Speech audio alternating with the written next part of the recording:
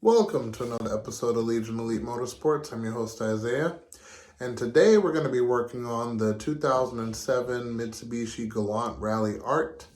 We are going to be doing those brakes. So let's dive in and see what we got. Hey, all right, so today, getting a pretty late start. We are going to do the front and rear rotors and pads for the Galant. So, we're going to start with the front.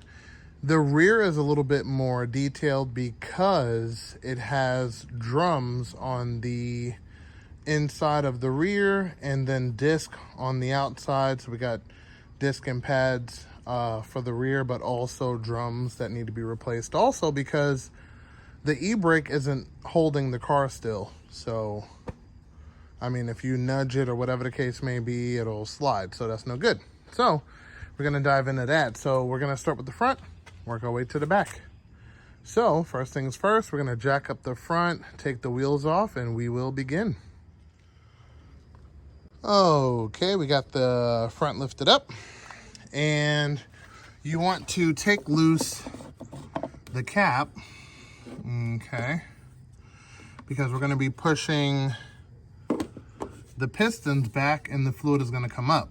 So what you want to do is make sure that it has room to breathe so you don't get a lot of feedback and have to double press the pistons on the calipers back again because this cap built up pressure and it pushed it back out. So anyway, now that this is off, if you have, off topic but on topic, a Starion, Mitsubishi uses the same caps.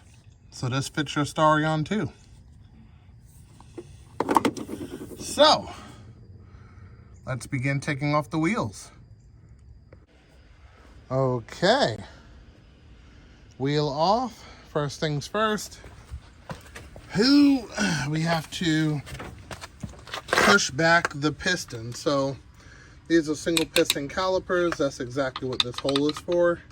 So you're going to take the flathead, reach deep, and pull back.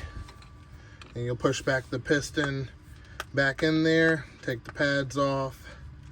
Then we're going to take this guy off, which is seems like a 14. Then we're going to take off this big one back here, which should be a 17. Then we're going to take off the rotor and change the pads. Okay, so as you can see, the piston is pushed back dead even with the actual caliper. That's how you know step one is complete. Then you take it off. These pads are actually in excellent condition, but the issue is that the rotors are not. So we're not going to reuse old pads with new rotor and vice versa. If you're in there, you might as well change it all. If you want to save these for later, I guess you can, but yeah, we're not. So okay, and then the 217s takes off this one. At this time, you can brake clean this and put a little bit of lubricant in the corners here, just so it slides properly and it doesn't get stuck. And if your brake kit comes with the hardware, go ahead and replace it at this time. And then we move to here, and there's one Phillips that holds the disc in place. So you take that one loose. Now, I highly recommend to get the appropriate tool. Some of these do get rusted and or stuck. And it's a tool that looks exactly like this. And basically what this is take it out of the box for you guys. It has a part for you to hit it with a hammer, and you hold it just like this as you hit it with the hammer. And basically what it's going to do is it's going to push back and it's going to twist counterclockwise. So here, let me see if I can see. So if you see, it goes this way. So if you hold this part still, let the front part do its job, you'll kick these loose very easy each and every time. I will leave a link in the description down below for this particular item. It's fairly cheap. I'd say under 20 bucks or 20 bucks to get this item here, and comes in handy. And there you have it. The screw is out. At this time, you can definitely clean it, and then when you put it back, you can put some anti-seize on the threads and the backing. So next time when you go to take it out, it won't be stuck. And now you can take off the rotor.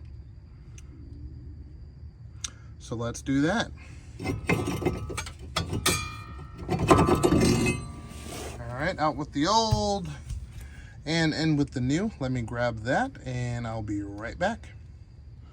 Okay, we're gonna lube this one up, put it in there, and reverse everything. Make sure you torque it down properly.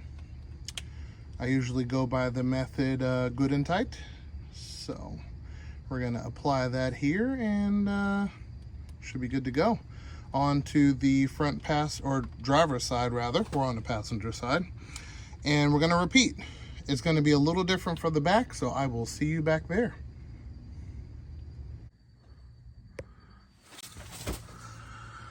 Okay, here we are at the rear. All right. Bushings don't look too terrible. Everything's in its proper place. Nothing's broken. Oh, that's interesting. Okay. Boot's a little destroyed there, but overall, not too bad. Alrighty, a little suspension check. No leaky fluid on the shock. So anyway, we're gonna do exactly the same thing. We're gonna come to the back of here. We're gonna pry the piston back, and then we're going to take the 14 millimeter back here, take that off, and then right back here, it's kind of hidden, right there, we have the 17 millimeter to take off said bracket, and then we will take all of this stuff off. All right, so we're gonna take that off, and then we'll stop when we get to the rotor.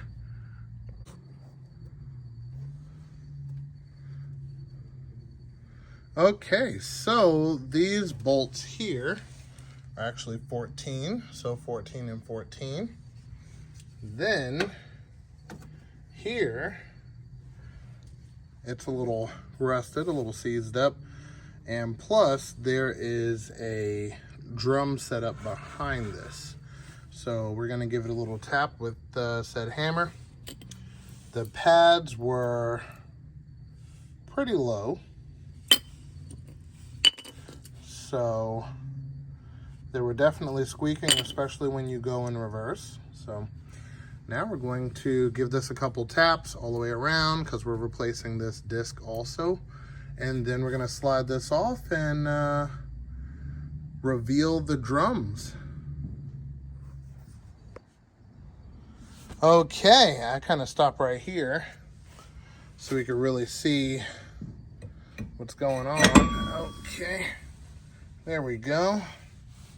There's a mound of dust in there.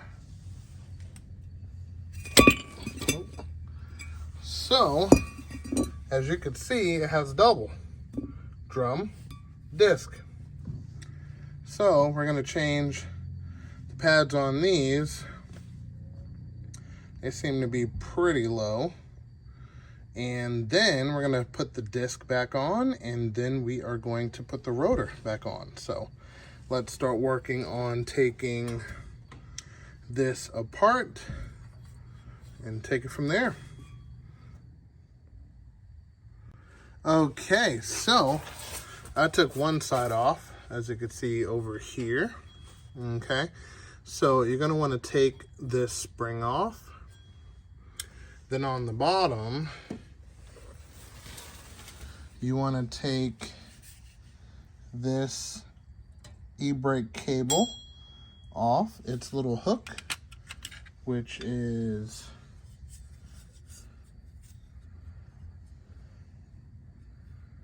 this guy right, wait a minute, here it is right here. Okay, that's going to be in the back. Goes in like this. Take that guy from behind that hook. Then you want to take this push pin out. So, comes with a spring and a plate. And basically it's on, oh, hold on a second. All right. It's on a little pin. So you take some pliers, you twist this piece here, and it pops right off. It has a space for you to put it on and take it off, whichever way you choose. So yep, got to do that. And then on the bottom, same deal. We have a spring, which looks like this. Hold both of them together. You take this one off of one, and then it'll fall off the other. And then here, we have the adjuster. So basically, this goes on one side, this goes on the other, and it opens up like this, so you can adjust the feel of your e-brake. Now, this was already adjusted, you know, something around there. And when you put in the new pads, you want to start from 0 and then take it from there. So you'll be able to test this once everything is back together. But this adjuster will fall out of place as soon as you take one off. And then bam, let me grab the new stuff. Let's take a look at what it comes with and what it consists of and what we have to take off the old setup and what we have to put on the new setup. I know another thing we do have to do is take this plug off. We can push it out from the back, and then this gets recycled to the new disc. So let me grab the new stuff and let's take a look. Okay, so here is the new set right here. So there's a couple of things you got to take off of the original, which is this silver piece, which is held on by that C-clip. And that should be about it. New pad right there. Should be good to go. And then, yeah, you reassemble. So let's finish by taking off the rest of this, and then we'll kind of take it from there. So let's see. So C-clip out, slide this off, and we will recycle on this side and take it from there. But before we take this apart, we're gonna take this one out here and put them side by side. Correct order is like this, and we're gonna take this one off, put that one over here, take a look at it, and then we're gonna make sure we take everything off of the old to put it on the new. So I will be back. Okay, so this piece is out. This goes up top. Also, to make things even easier, I want to go ahead and remove this piece. There's 4 screws in the back, and with this out of the way, I think it'll make things a lot easier, which is the wheel bearing. So I'm gonna take the 4 screws, you can see it here, 1, 2, 3, and 4. And then with that out of the way, I think it'll just make things a lot better. So let me pull that out, and then we can take it from there. And here, with the wheel bearing out, makes things a lot easier. But as you can see, there's ABS here, including the sensor here. So you want to make sure none of this gets damaged, so put this aside. And then this allows you to fully work on this piece independently which makes things very easy. So now let's continue. So what we're gonna do is we're gonna clean this up. Then we are going to start reassembling these after we disassemble. And then we're going to put it back together. Okay, so after we put that bracket back together, we take and put these locks in top and bottom. You want to take a second person if you have it, but take this, grab the plate and spring, push it in and twist, and make sure that is the opposite of the hole once it's in. And boom, now we're ready to assemble more of the accessories and take it from there. So next thing we have to add in is, and this actually sits up like this, up like that. So we're going to add this piece. Make sure you don't lose your spring. This goes in here. Just like that. Alrighty, so that's together there. That's how she's supposed to be. Now we're gonna add the springs and the adjuster, top and bottom, and we should be good. So let me get more of this together and I'm gonna tell you all about it. And there you have it. That is completely put together. So I'm gonna put the wheel bearing back in and I'm gonna explain to you what all we're looking at. So before we put the wheel bearing in, let me tell you what we're looking at here. So we have both springs. We have the little plate right here to make sure none of this gets tangled up. Then we have this piece, which is for the actual e-brake. We have the adjuster and the spring to hold the bottom part together. So that is it. This is 100% put together. Now we can put our wheel bearing back on and put our disc on. So let's get there. Okay, once everything is together, it seems that the disc they gave me for the rear did not fit. No big deal. So we reused the ones that we knocked out. These are vented, which you can see up top here has a hole for venting. The ones that they sent me are non-vented. So, minus all of these ding marks of getting this thing off, we're gonna run it for now and replace it later once they send me the proper item. But last but not least, so there is a little rubber grommet that goes here, and in it you will see there's a keyway to adjust your drum brake on the inside. So you take your flathead and you push it down. Start up here, boom, push it down until this is the proper stiffness. Now you want it to be mainly free. If you go one notch too far, it's really hard to turn. You don't want it there. You want it the notch before, and then that'll work great for your actual e-brake. So once that's done, take your plug, push it in there like so, and that's it. Everything is together. Beat up this disc pretty good, but it's okay. It's going to be temporary. I'm going to see, what they're going to do about sending me the proper one and take it from there. And with that being said, we're going to call it an episode there. Hopefully you guys enjoyed.